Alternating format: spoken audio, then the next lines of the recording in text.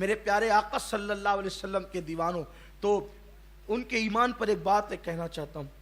کہ حضور علیہ الصلوۃ والتسلیم کو جس عورت نے دودھ پلایا، چاہے ایک ہی مرتبہ پلایا، اللہ تعالیٰ نے سب کو ایمان کی دولت عطا، حتیٰ کہ وہ اجنبی لڑکیاں بھی ایمان پا گئیں۔ اب وہ لڑکیاں کہاں رہی اور وہ اجنبی کہاں رہی، وہ تو صحابیات کے درجے کو پہنچ گئی، لیکن بتانے اور سمجھانے کے لیے وہ ایمان پا گئی۔ جب حلیمہ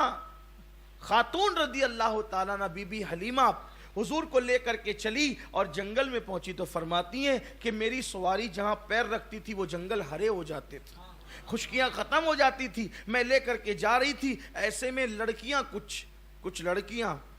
وہ کنویں سے نہا کر آ رہی تھی، نو عمر لڑکیاں تھی، ابھی ان کی شادیاں نہیں ہوئی تھی، لیکن ان لڑکیوں کے منہ سے نکلا کاش ہم شادی شدہ ہوتی، اولاد والی ہوتی تو اس بچے کو ہم بھی دودھ پلاتی، کتنا خوبصورت بچہ ہے۔ بس حضور علیہ السلام نے یہ سنا اور ان کی گود کی طرف جانے لگے، اور میں سمجھ گئی کہ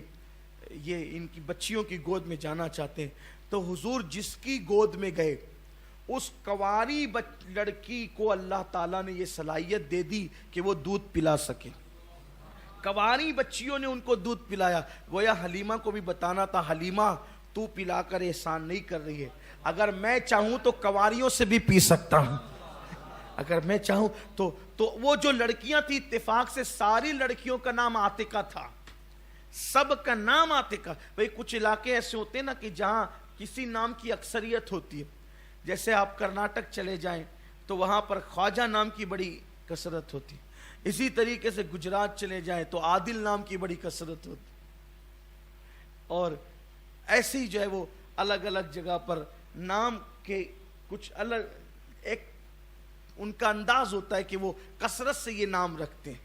کثرت سے اس طرح کے نام رکھتے ہیں۔ تو ہو سکتا ہے شاید اس دیہات میں عاتقہ نام زیادہ پسند ہو لوگوں کو، ساری وہ جتنے لڑکیاں تھیں، 4-5 لڑکیاں یا 3 لڑکیاں یا 6 یا 7 لڑکیاں، وہ سب کے نام عاتقہ تھے، اور حضور نے سب کا دودھ پیا، اللہ نے سب کو ایمان کی دولت عطا فرمائی۔ اب آپ مجھے بتائیں، چلتے چلتے سفر کے اندر اگر ایک